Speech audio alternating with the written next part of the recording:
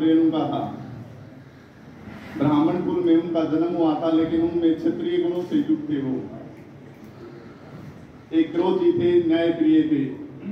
परशुराम का जन्म वैशाख शुक्ल तृतीय तिथि को हुआ था और वो बचपन से बड़े क्रोधी और न्यायप्रिय थे। जिस प्रकार से पहले वक्ताओं ने बताया, रामनाथ चोपा जी ने बताया था कि किस प्रकार से आज धरती पर एक बार फिर भगवान परशुराम जी का आना जरूरी है। तो भगवान परशुराम जी जो हैं, 8 चिरंजीव जो हुए हैं, उनमें भगवान परशुराम जी का नाम भी आता है। भगवान परशुराम जी शिव के परम भगत थे। उनका नाम राम था और परशुराम इसलिए कहा जाता है, वो भगवान शिव की कठोर तपस्या करने के बाद उनको एक परशे के रूप में जो वरदान प्राप्त हुआ था, उसके कारण उनको भगवान परशुराम का नाम दिया जाता है। कहते हैं कि भाई शास्त्रों में हमने पढ़ा है, पृथ्वी के ऊपर जब अन्याय और अत्याचार हुआ तब भगवान परशुराम जी ने 21 बार इस पृथ्वी के ऊपर विचरण किया और अन्याय करने वाले दुष्टों का संहार किया। इसी के रूप में विशेष रूप से जाने जाते हैं भगवान परशुराम जी। मैं सबसे युवाओं से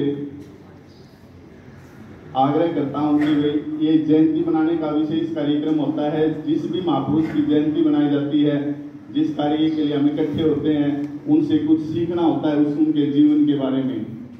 जिस प्रकार उन्होंने अन्याय का विरोध किया, अन्याय का दमन किया, उसी प्रकार से हम सबको भी अन्याय का विरोध करना और दीन दुखियों का, निर्धनों का, असहायों का साथ देना, उनकी रक्षा करना, यही मुख्य कारण, मुख्य उद्देश्य थे भगवान परशुराम जी के। उन्होंने दुखियों की, असहायों की, निर्धनों की सहायता की अपने परशे से।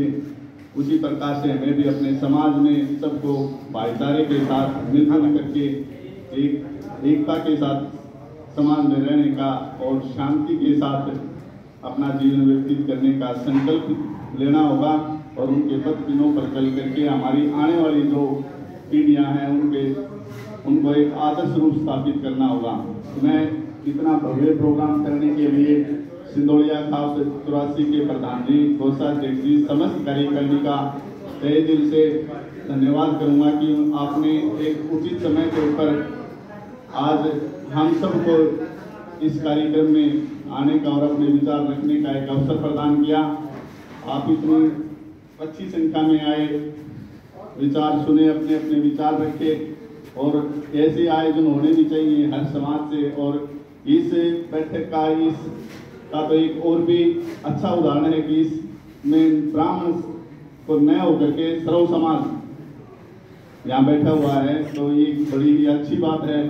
सर्व समाज आज भगवान परशुराम जी के पद चिन्हों पर चलने का संकल्प लेता है और उनकी जयंती के रूप में उनके विचारों को अपने जीवन में धारण करने का संकल्प लेता है। इसके लिए मैं सबका यहाँ पहुँचने पर हार्दिक स्वागत करता हूँ, अभिनंदन करता हूँ।